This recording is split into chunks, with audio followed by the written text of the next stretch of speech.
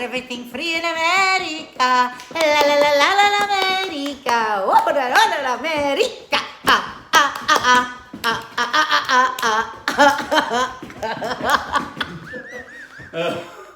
God, that's hard. This has tickled me this morning.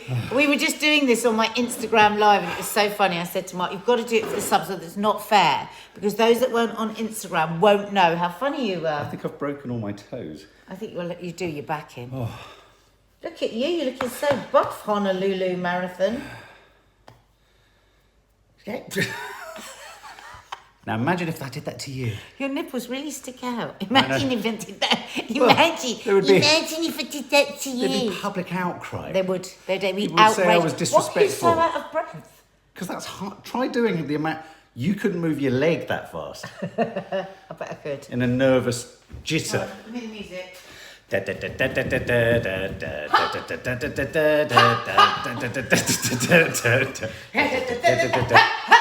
That's the same noise you make to shut up the dog.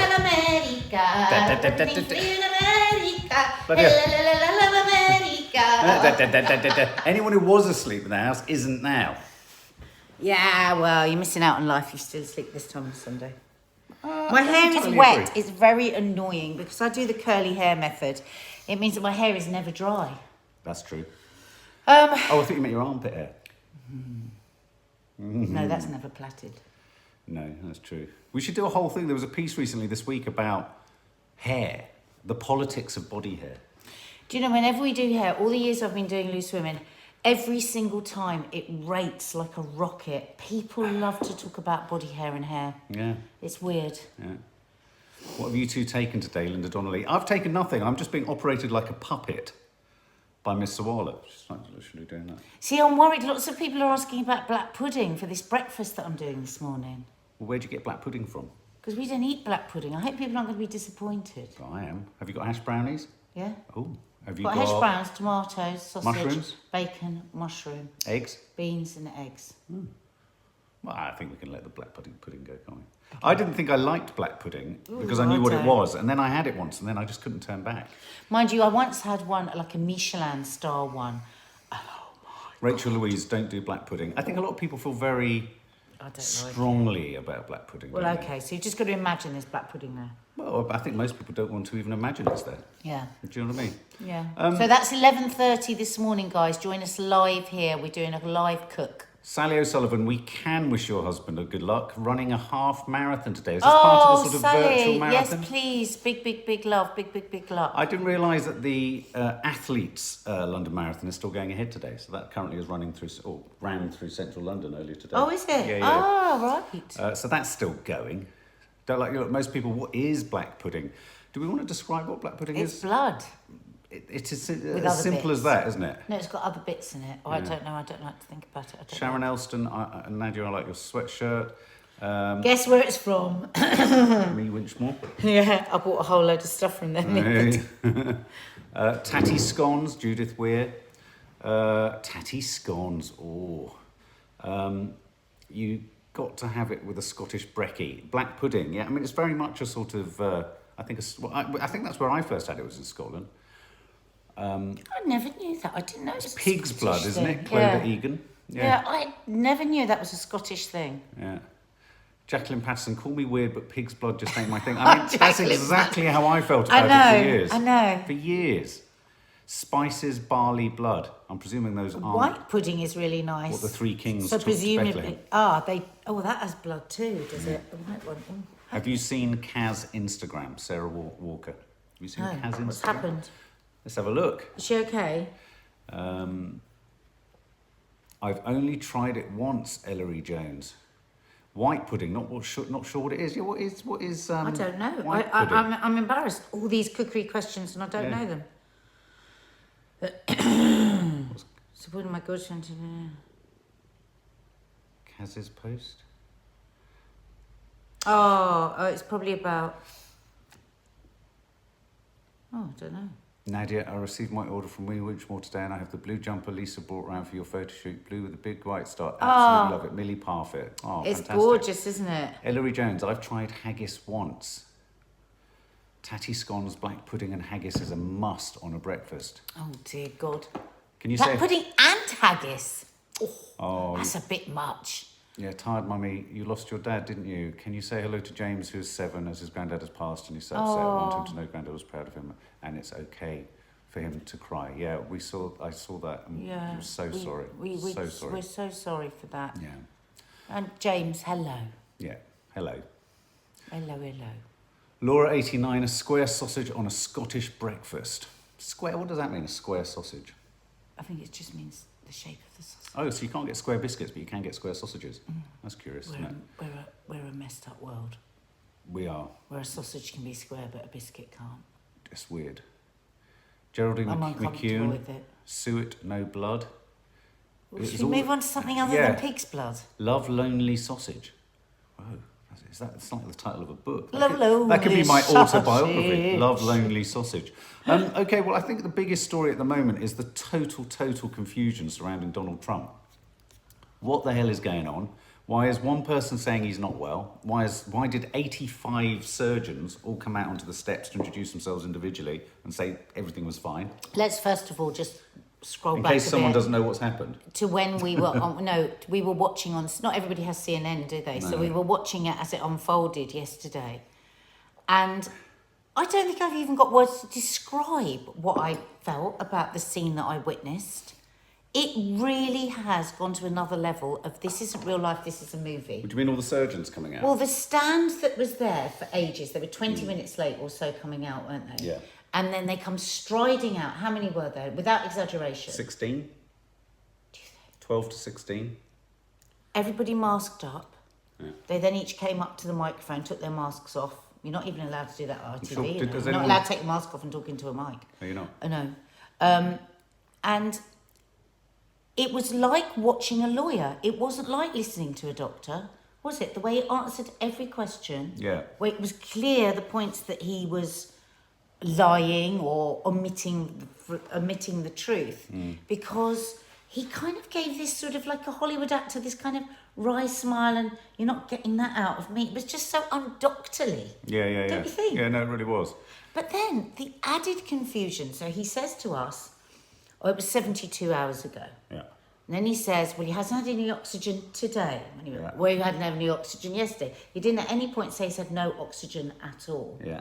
And then later on, But he did sort of infer that at some point, maybe for an hour somewhere en route, maybe in the back room of the White House, he could have had oxygen. he could have had, but not from him. Not yet. But then we get this strange, which I still don't think was interrogated enough. Yeah. Get this strange bit of news that the chief of staff then went down to the press pack, and they have actual footage of him going down to the press pack and talking to them, where apparently he had said that we're nowhere near out of the woods.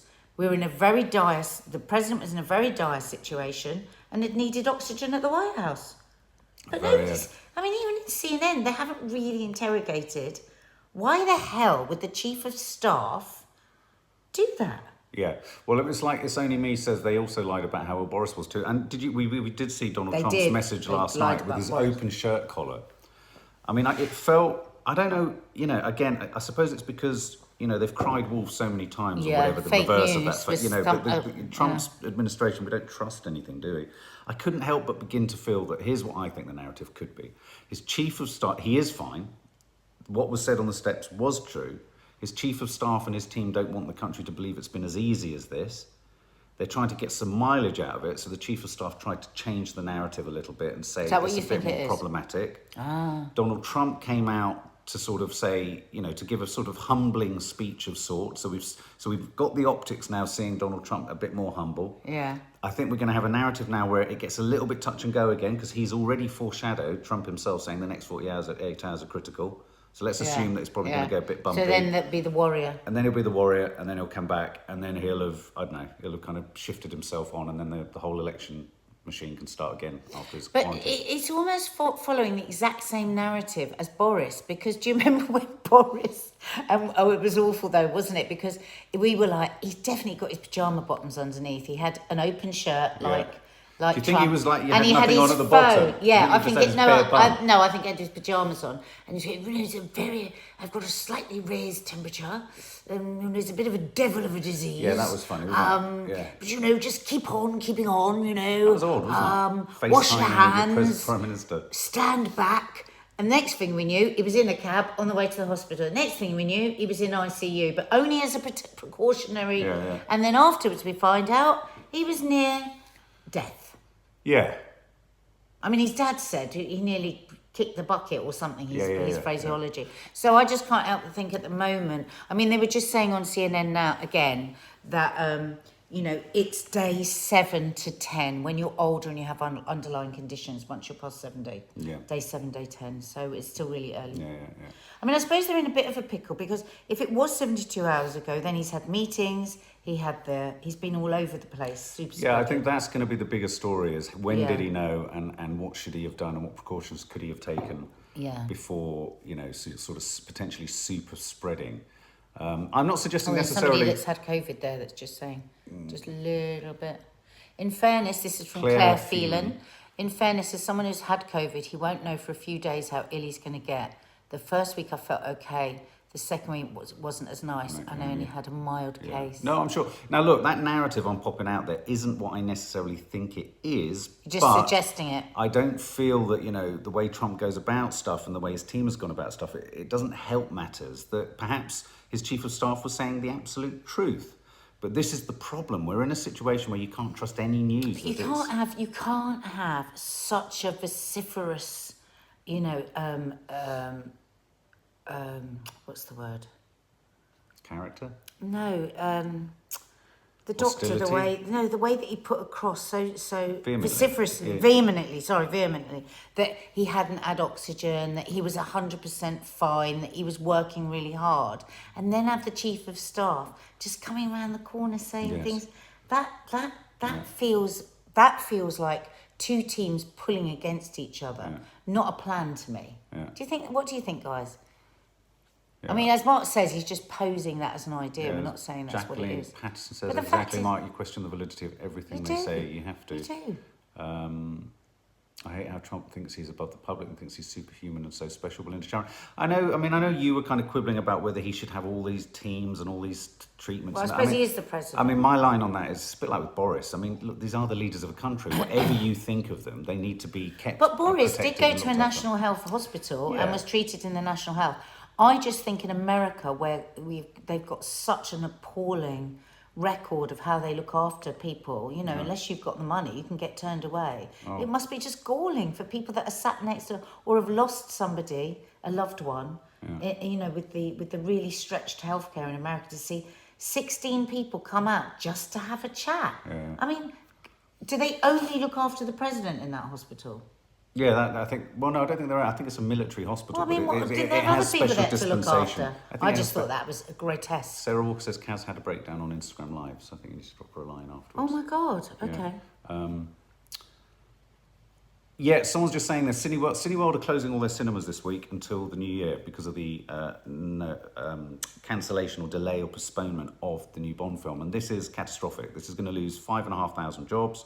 It's probably going to, if it starts with Cineworld, it's going to probably spread across the other cinemas. They simply haven't got anything to show. So it's no surprise. No amount of re-screening The Empire Strikes Back and all that kind of stuff is going to keep the film industry or theatrical industry going. So that is going to be a big hit this week. It's going to be tragically sad, and pretty much all bets are off until the new year. I don't think we've had a single blockbuster this year. Tenet hasn't really done the business.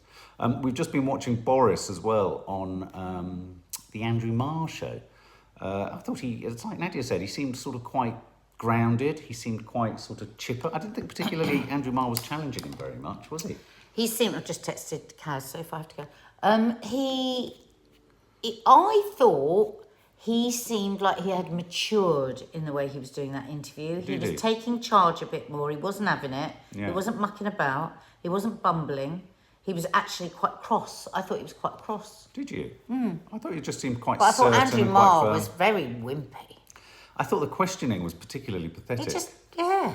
And also, I mean, I do think there is a point though. It's like, and I've heard this said a lot on here, And I Well, know. I don't think it was pathetic. I don't think that's right. I think that's a bit extreme. I think he let him get away a bit too much. Yeah, but he doesn't let other people get away. I mean, you've got the Prime Minister. You've got to put him on the ropes a bit. Well, he was really. He was saying, it's just not working, is it? Can you stop promising and too much and delivering too little? Just can you under-promise a bit? Yeah, but I think he should have been more specific about where he's under-delivering. Like, he should have honed in on the track and trace, like, vehemently and violently, and why we didn't go into a lockdown sooner. And if you can, when you quote the science, why don't we see the science? He was very good, and he said, I take full responsibility for every single thing that's gone wrong. He said that every time. Yeah. And what I thought was different this time was he actually commented on how maybe we were feeling. Like he said, everyone is feeling really angry with me, and I understand it. He did a bit of a Nicola Sturgeon there, and I think even though that's probably management speak, you need to manage people. You need to manage people's emotions as well as everything else as a politician. And I think seemed to be. I didn't watch it all, but he seemed to be doing a bit more of that. I think Keir Starmer is beginning to come out of his shell. But I think we're in one of those situations. Let me say from the outset, it's very easy with Hindsight Productions to criticise every government that's dealing with this. Exactly. And it's very easy, and I think it's kind of almost a pointless thing, a little less so with Trump because he's actively suggested ridiculous things. It's very easy, and it's a cheap trick, I think, in some instances, to simply lay the responsibility of the deaths at someone's door. Any government in a crisis that's unprecedented, not been gone through in modern times, any government is going to make mistakes. It's about how they then deal with those mistakes, take responsibility for those mistakes, and try and ensure that the same types of mistakes don't repeat themselves. So I do think there needs to, at times, be moderation in terms of morally holding people responsible for deaths that we have no way of ever being able to go back in time and know whether it would have been the flu that would have sadly killed some of these people or what. Do you know what I mean? It's not to say that huge errors have been made, but I think sometimes one has to just introduce a bit of moderation into there. Because, I think so. There's all sorts of, it was happening in the American presidential debate, Biden saying Trump was responsible for the 200,000, Trump saying if we'd stayed in lockdown for longer like you want, Biden, we'd have had 2 million. These are all figures, the figures you can deal with are the figures that are in front of you, but they are dictated by countless different things. And even government is like a system of people trying to make the right decisions based on not a lot of knowledge. Janet Sharp says it's like chemical warfare. That is what it feels like sometimes, isn't it? Yeah. It really does feel like that sometimes. Yeah. Sunrise01, the media were calling for his doctors to come out and be transparent, and yet they criticise. No matter how they play this, he will get hate. It's sad. I hear what you're saying there, because we did want the doctors to come out, and absolutely the people of America, of the world, because the president, whoever the president is, affects all of us, absolutely had the right to hear from his doctors what was going on. I think what we were commenting on was the fact that there was 16 of them. It just seemed to be a bit of a slap in the face for people that are struggling to get healthcare. From where I'm sitting, I'm not in America, I don't know, but from where I'm sitting, I just thought, bloody hell, if I'm struggling at the moment to get a doctor's in, and there's 16, of course there's going to be a team of doctors. He's the president. But again, I think it's about the optics, it's about it's about understanding how people feel. Yeah. And I just thought it was a bit over the top. I agree. I entirely agree. Sue Thorpe, right, we've got to do it. We've got to do a welcome Sue Thorpe. I've got to do a really bad Sue Thorpe. Come on. We're doing that. Welcome Sue Thorpe. Welcome Sue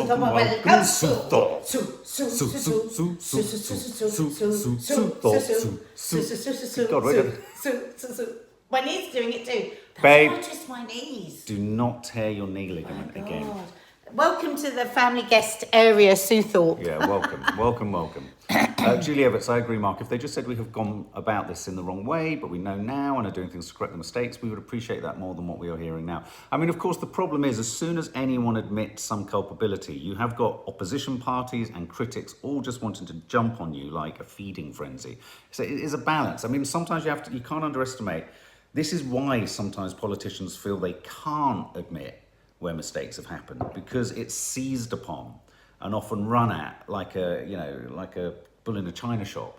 And so, you know, we have, again, it goes back to this culture we have where there's nothing nuanced allowed, where you're not allowed to kind of say, right, okay, well, we did this, but we need to do this. You know, oh, that's another U-turn. This government is, you know, there's a difference. You can either call it a U-turn or you could call it an acknowledgement of a mistake. Do you know what I mean? Exactly. Thank you, RM Jams. She's telling everyone to hit the thumbs up. If you're enjoying this live, just hit the thumbs up. Oh. The one under here, not the emoji. Absolutely. And in terms of news flow, obviously we're going to be going through the news headlines in the Sunday show this morning. But the print press, we often sort of find different stories to what's in all the in the online press. But I mean, really today there isn't an awful amount of news going, other than you know, talking about the fact that, you know, Trump is, you know. What's that? Somebody's jailed for breaking. Yes, this is 5 Brits were jailed for 2 weeks over lockdown rules after buying lunch in Tesco. Relatives of 5 welders jailed for 14 days have slammed double standards of politicians and blasted mind-boggling coronavirus rules. They were jailed. Yeah. What did they for? The for welders going aged out? 18 to 62 had all worn face masks during a quick shopping trip, but the mask compulsory in UK shops ironically led to their arrest for breaching island rules that key workers from the mainland must stay in their accommodation unless at work. No. While the Isle of Man is a crown dependency and its citizens are British, it is not in the UK and sets its own laws. So they went out to get a sandwich and they spent 14 days in prison. Yeah. Why did they have COVID? I don't even understand. I don't even think they had COVID, did they? Shopping at Tesco. No, they went out when they shouldn't have gone out. They've been treated like serious criminals when the sensible thing would have been to have a word in their ear. I can't believe it. Police turned up mob-handed at the hotel. They put them all in handcuffs, took them to the station. Jack was really upset. They only wanted to get some sandwiches for their lunch the next day. What were they meant to do otherwise? Starve. Oh my God. What is the world becoming? That scares the shit out of me. Yeah. That's madness. Double standards. And what's happened to the Scottish politician? Where is she? Yes, well, I can only presume she must be very unwell. Yeah. Because we haven't heard from her at all, have we? No. Can you believe she went to a nail bar? A gym and a nail bar? Well, I still can't get over that. Did she actually go to a nail bar? Well, that's what... Did she really? Yeah, that's what somebody said to me who's in the know. Matthew Paris in the Times talking about the fact that the BBC isn't telling us the full story. It's just trusting and buying into the so-called science that the government gives us. Oh. I do kind of agree. I agree that I don't feel that the news is doing anything investigative. It's merely reporting what we already know, not digging any deeper. No, and also it's just it's rehashing what the government leaks out to us or tells us. That's why I'm quite pleased that over the last few days we've been seeing Sunetra Gupta from Oxford University, who does have an opposing opinion to the scientists. And finally people are... Because I think it's really important that we all listen to all sides of the story. Yeah. What's happening with David Attenborough tonight? So, guys, can you tell us, is David Attenborough on tonight? Nadia seems to think he's on. Somebody said to me on Instagram. I think even George Orwell would have been shocked at that. Yes. Got no other crime on Isle of Man. No, you're absolutely right. Maybe they just had a really empty prison. Oh, thank you, Lisa Partridge. Spark of Joy. A man in Cornwall was in hospital for weeks with COVID-19. Shelley Moss had physio and walked up the biggest hill in Cornwall this week. He's 84. Oh, God, that's wonderful. Yeah. Rachel says it's on Netflix. Francisca Bastos. Hi, everyone. I quit all my jobs, music schools and concerts. Wow. And moved to my dream city, Vienna, the city of classical music last week. Wow. Wow. Hopefully you'll be able to play your music and perform. Oh, wonderful. He's on Netflix. It's on Netflix, the David Attenborough. So maybe it landed. Okay, we definitely got to watch that tonight. Does it land tonight, or was it on? Does it land on Friday? They usually land on Friday, don't they?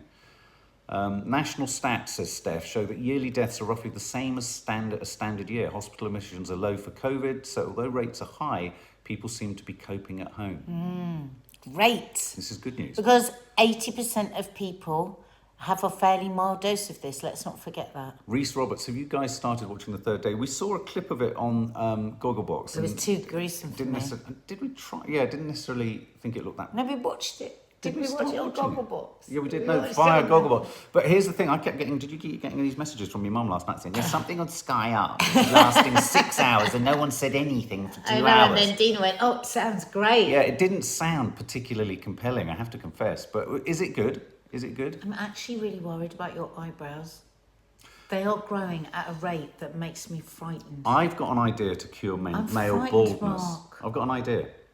If they could graft the hair follicles from underneath these eyebrows onto people's heads, everyone's hair would be this. But Mark, I'm not even joking. It's like the day of the Triffids. Honestly, I cut that 3 days ago. Look at it now. It's that long. That's not normal. It's not normal. I'm frightened. Don't be frightened. I'm afraid. Don't be afraid. I don't know what's going to happen.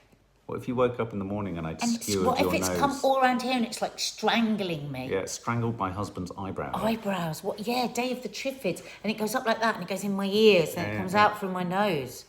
Oof. Must watch that Life. Yeah, Life. Life. Have you seen? Oh, it's on BBC. To review Life on BBC. Where does it say that?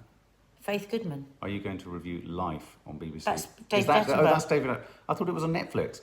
Have you seen they've stopped the Remembrance Service I think we should. march? So they are asking all houses to draw a poppy and place it in their window as a mark of respect, Mandy Nanny. Oh, what a lovely idea. Yes, that is. Bejazzle those brows, Mark. I'm going to killer eyebrows from outer space. Hairy eyebrows, wiggle them. So I'm going to be editing the Sunday Oh, show. I want to see that, Vicky. Have you seen the new drama on Sky about James Coney? Yeah. It's so good. Is it? Oh. And I'm looking forward to Reese Roberts. Are you talking about the American version of Utopia? That's supposed to be very good. The first series, in the British series, was really good. Thanks, I guys. really want to watch that. No, that isn't David Attenborough. Life is a different Deborah program on BBC. Holdsworth says you're turning into a werewolf. I am. Before the full moon. Millie Parfitt, are you going to watch Brave New World? I was going to, and then I just keep reading reports that it's just really scenes after scenes after scenes of people bonking. That's not the book I remember reading by Aldous Huxley. Did you hear how old you are? That's not the book I remember know. reading. I mean, I'm not even conservative. I mean, I don't mind anything goes. But I just thought, oh, come on, guys. What? Brave New World is a brilliant novel, and they've thought you turned it into a liked series. With sex. Well, I do. Don't look at me like that. Did you hear the tumbleweed? What are you expecting me to say? Anything saucy. Would you like brown sauce or red sauce with your breakfast this morning at 11:30? That really isn't doing it for me. I know, I wasn't meant to. Yeah. Okay, so guys, I'm gonna go and edit the Sunday show. 11:30, join us live here. The Sunday show will be up tonight. Yep. And Lisa Partridge, you've just got a shout out because you love a shout out. Enola, we are reviewing it today, and we've got Nanny Di here, so we're going to watch the film, Ashley. Yes. And you guys that you did for us. Yes, thank you. So we're doing lots today, but we'll check out this David Attenborough and see whether I'm it's confused. something. There's Life and there's David Attenborough, Yeah. but we'll watch them both. Oh, We they haven't were got enough hours in the adorable, day. weren't they? Prince William's children. Oh my God. Oh yeah, I thought I saw them. Oh, they're Yeah. so cute. Oh, Alison Steadman and Peter Davison drama Life. It's got Sorry, we're confused. Oh, that's a different. Well, because I there heard was an David Attenborough Attenborough's series Life. called There was Life. called Wasn't Life. it Life on Earth or something like that? All right, my lovelies. Lots of love. Keep hitting the thumbs up. Have a See you lovely day. 11:30. And I hope you enjoy the Sunday Live show. here 11:30. Remember, just come because it might not tell you. Yeah. Bye. Bye.